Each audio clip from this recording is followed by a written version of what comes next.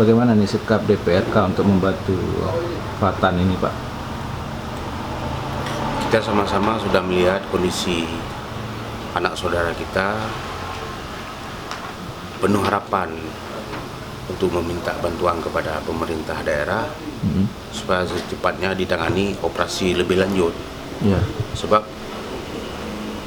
kalau di Aceh operasi tidak sempurna. Kalau ada uang, kita mohon kepada pemerintah daerah, anak ini bersama keluarga kita berangkatkan ke luar negeri. Ya, nah terus dan apa mungkin imbauan Bapak ke masyarakat apa bisa membantu pengobatan, biaya pengobatan, gimana Pak?